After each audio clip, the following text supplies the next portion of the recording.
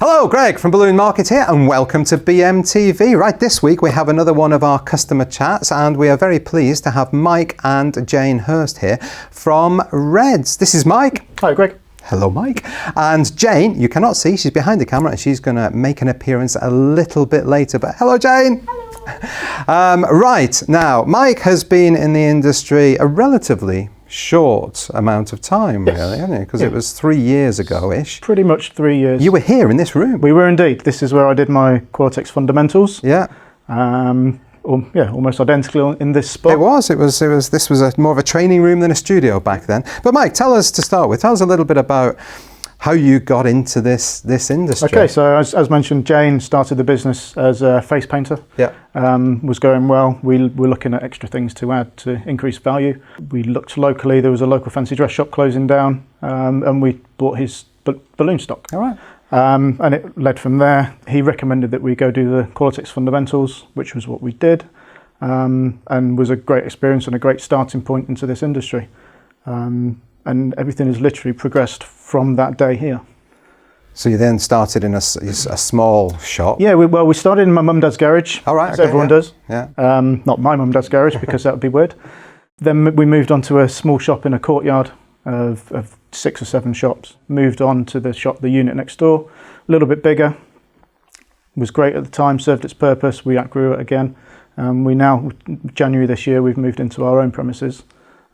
With our own bills and our own walls. Yeah. So it's good. So would you say you're mainly a retailer? Do you do balloon decor? Are you a bit of both? Yeah, I guess essentially we are a retailer. We have a shop, but we do big decor as well.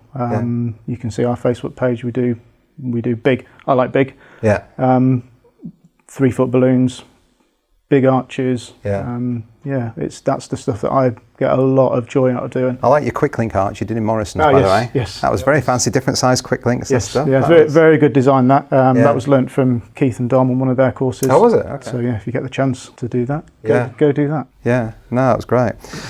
So you're a retailer, you say you're a retailer. Just from your perspective, you hear a lot that, oh, the high street's dead, or we can't compete with Card Factory and things like that. What's your take on that? At the end of the day, I sell a good product at a good price. I don't really care what Card Factory do. Yeah. If someone's interested about price and they want the cheapest, that's fine. That's fine by me. They can go. They'll be back because generally the balloons don't last. Yeah. We've had to rescue so many people from bad balloons and bad inflation. All right.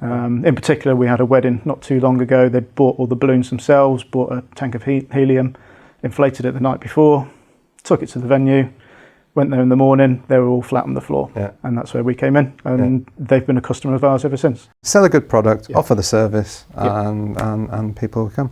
Okay, talking of products, let's talk a little bit about the products that you offer. So we've got a few here today, and you're going to show us how to make something in a second. Tell us a little bit about some of these. Okay, so obviously we're building up to Halloween.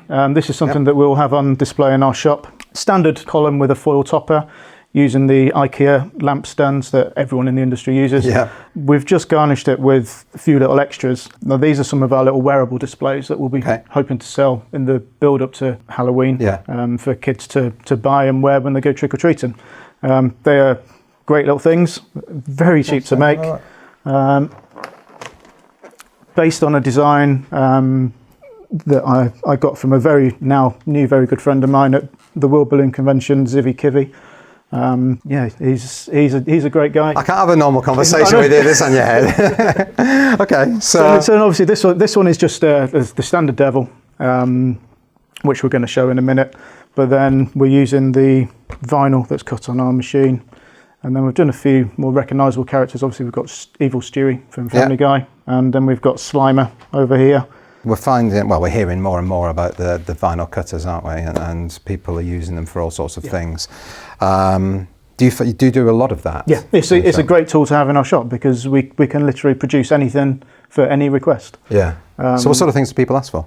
Great aunties, great grandmas, odd birthday numbers, so happy 37th birthday, which you're never going to get anything printed for. Absolutely. So we can turn around a custom made product in under half an hour, and it's relatively cheap for the customer. So how much would you charge for personalise something with the vinyl? So for an 18-inch plain foil, we'd charge £5 on top of the price of the foil.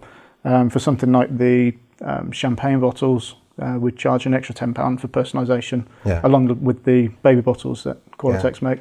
That's really good then, isn't it? Because you know, the time it takes is not very much, and if you look at the amount of, obviously there would be some wastage there. Yeah, product it's pence. Yeah, so that's a really good way to add that on. That's great. That's probably why you're doing so well in a retail environment. You say it's offering it's offering something that the big high street shops don't do. Yeah, you're going to show us how to make one now, aren't you? Yes. So over to you. Okay, so very, very straightforward. Very little goes into it. So obviously you've got the headbands, which I picked up on eBay. Job a lot of them dirt cheap. Yeah. You've also got a single 5-inch balloon. You've got a 160, so you can make both components from a single 160. And then you've got your vinyl pieces. So we're making the Devil. These have been cut on our machine as well. So 2 pieces glued together. So then we just form a little base. Is that just card? This is literally just card from our local stationers. Nothing special. Doesn't need to be. There's no point spending a lot of money on these items. Yeah. Then we've got our cut-out vinyl piece. So, I mean, assembly is very straightforward. So it's just a case of... So where did you learn to do this? I acquired a cutting machine from graphic design friend of mine who bought it and didn't end up using it. And I was going to do a few bits and bobs for him. And then people started doing the custom stuff. You've seen all the videos and things on Facebook. Mine is actually a Cricut machine, it's good, it serves its purpose. Everyone else uses the Silhouette. I will upgrade it one day possibly, but at the moment it serves a purpose. So we'll just take these off. For larger designs, more intricate designs, things like the Stewie, I'd use application tape on that one, purely because you've got 2 or 3 layers of colour. Okay. And it's easier to use that. These things, you can just freestyle it. So we've got our base of the Devil's head. When you say application tape, what do you mean? It's like a clear tape. Okay. Originally we used large masking tape. We now use proper application tape, which is clear, and you can... So that's where you just put it on first, and then you put that on there, okay. Then just a bit of double-sided tape. So we'll just put that on each horn.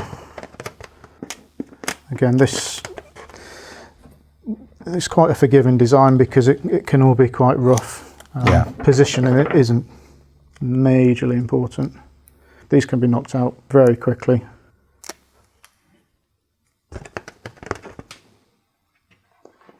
So the Devil's now starting to take shape.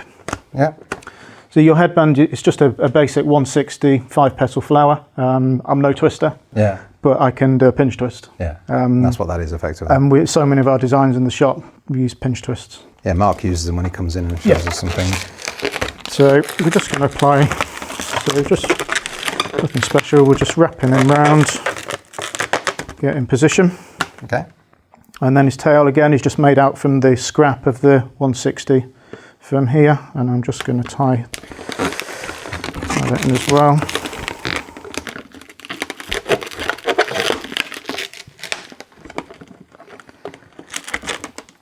Hopefully sell a lot of these to kids to wear whilst they're trick-or-treating. Yeah. They're just a bit of fun. And what kid doesn't like something that waggles around? No, that's great. So, yeah, very straightforward. You can mess about, you can put lights in them. We've done a few designs with little LED lights inside, so obviously if they're out on the streets and it's dark. We've got our LED ones, which are also going to be part of our Halloween sales. So these have got a little LED light in it. So you can just turn that on, pop that in, and then the kids can have that on Halloween. That'd be great. Yeah. And again, we'll plan to do these with some of the 5-inch skull faces. It would also work with the eye prints. Yeah. So do you get these ideas yourself? Obviously, you say you've got ideas originally from... Take inspiration from whoever and from wherever. That's what I think I love most about this industry. There's so many awesome people out there making awesome things.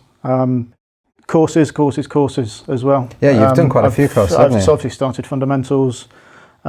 Magical Party Designs, went on Keith and Dom's Balloon Adventure. So would you say training is a good investment for people? Without a doubt. Fortunately enough, I went to the World Balloon Convention this year, which was one of the most amazing experiences of my life. Not because I was in New Orleans away from my family, but just learning things from so many great people that I wouldn't have the chance to over here. And I see some of the things they do there, and they're just fantastic, aren't they? And it's just make yourself better, learn from other people, take their advice, talk to people. There's so many people in this industry that will happily pick up a phone and give you some advice. I think a lot of people see training as a cost. And if you look at it like that, it costs you, I mean, it's £85 maybe for some courses or whatever. But if you look at that as an investment, do you feel you've had value for money from all your training? Without doubt. Including WBC? Including WBC, So it wasn't a cheap trip. No, it's not. But it's an investment. But just do it, just to take it in. And I wouldn't be standing here if it wasn't for you guys. So it's... well, thank you. I honestly believe that. I don't think if I'd have done that fundamentals course, I do not think I'd be where I am today. Because it gave me so much confidence and contacts as well. And that's quite often what it is, isn't it? It's just people having confidence. We were talking earlier on about people saying, "Oh, I don't know how to do that. I've never done it before. What do I do?" And you were saying, "Just practice." Do get a bag of balloons. They cost us peanuts. Get a bag of balloons and play. There was a design I saw by Tan Lily. She did this awesome thing. She made a 3D 5-inch balloon eye, and there were several layers. It was using 6-inch quick links that were snipped and holes and everything. She put it on with no instructions. I went back to my shop. I got a bag of balloons. I played. It took me about an hour, and I got it, and I made it. And that's how I like to learn as well. Well, again, that's an investment. Some people might see that's a cost. Well, I'm wasting balloons. Well, you're not, because not at all. when you were saying that sometimes your experiments, you put them on display in the shop, and somebody comes in and buys them anyway. So I've had items in the shop where I've been messing about making stuff, left it on the side, gone and made a cup of tea or something. Someone come in and said, "Oh, I like that. You can have it," and it's you've not even had a chance to job cost it or anything. So you pull a price out of the air and sell it there and then. That's great. Which is good. Great. Yeah, fantastic. So, Mike, if there's somebody that is starting out in retail, say, so they might have been in the industry a little while, they might be doing some decorating, might be working out of a garage like you started, but they're just about to take on their first retail unit. What tips would you have for somebody in that position? I guess don't overthink it. Keep it simple to start with. Sell a good product. Find a good property. We got lucky because we were sharing in a courtyard. Rent was so cheap. Oh, really? Which obviously is key. So what about the ongoing running of the business? What's important to retailers, would you say, to be a successful retailer? What do you have to do? So you've taken that step, you've jumped out there, you're doing it. What's important to keep your business thriving? Get out there. In the early days, we would jump on events and offer free services just to get our name out there. Jane would face paint at Fates for practically peanuts. We're now in the position where we can charge good money for it. Same with our balloons. When we first started our little shop, we were massively underselling bunches of threes. I now don't like doing bunch of threes. I prefer doing these sort of things. Creative, But people are still got it in their heads that that's how you decorate a venue. So we charge accordingly for that. So we charge a bit of a higher rate for a lesser product. And then we hopefully show them our portfolio and show them what they can actually get. What other methods of marketing do you use? We have printed flyers. We also got our website, which for me is the strong point. Our SEO is top notch. We pay to have our SEO done. We pay to have our website professionally copyrighted. Fortunately, a good friend of mine is a web designer and graphic designer, so makes rates comes in. But don't go out using free templates. You just get nowhere. That's the face of your business essentially. Put makeup on it. SEO, by the way, for those of you that don't know, is search engine optimization. So it's where you come on Google when you type a search in. Another good tip for that, for if you're just starting out and you're building your website, build a Google Plus profile. Google Plus gives you so much free SEO. It's unreal. Make sure your profile is fully loaded. That'll get you to the top of many search engines. Oh, really? Yeah. about the only use for Google Plus, but I never said that. Yes, I'm actually a bit of a fan of Google Plus. Are you? Yes. Yeah. Wow, you are the one. I am him. Okay, so you use the flyers, and you were talking about Facebook earlier on as well. You do something on Facebook. Yeah, we've recently started doing paid advertising campaigns. Yeah. Which we've had a bit of hit and miss joy with.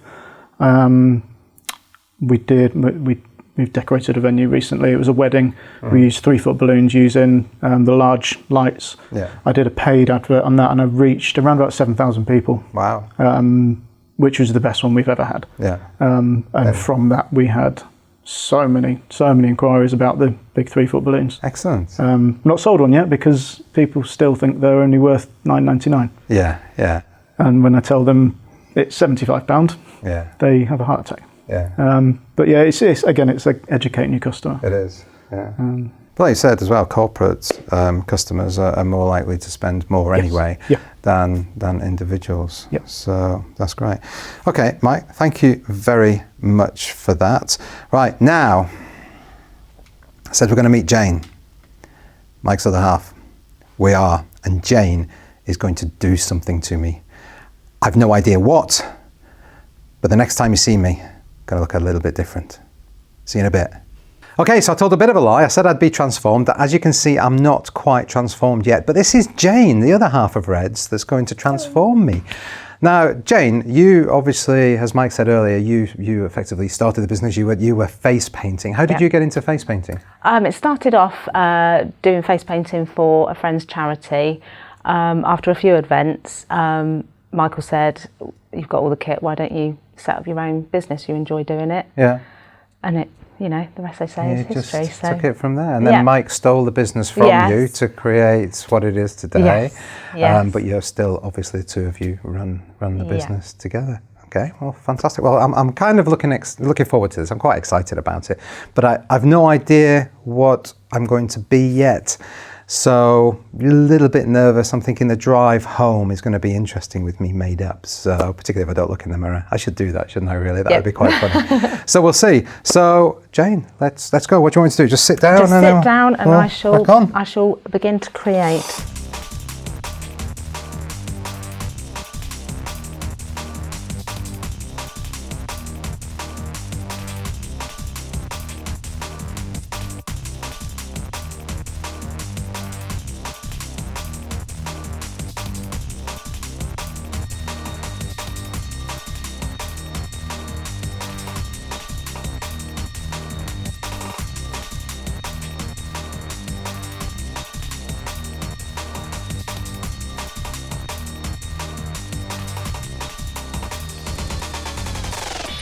Okay, Mike, Jane, thank you so much for coming in today. It's been a real experience. I've never had this done before, so that was very relaxing.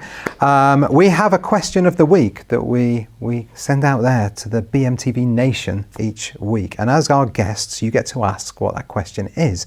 So, what question would you like to ask everybody out there? We would like to know what everyone is doing for Halloween this year. Okay, leave a comment down below on YouTube or Facebook. That's it from us this week. Have an amazing week. Thanks for watching. Thanks for subscribing. See you soon. Bye. What's your view of social media in this world? I think it's useful for the right purpose. So it's very easy to get lost in it, and everybody, if you're a business and you go, okay, we should be on social media. It's not always 100% true. The 22nd of September, it's quite an important date. For me personally, I think it's actually changed my life, this date. And it's probably changed many of yours without you realising it, because the 22nd of September is when a particular TV show was seen for the first time.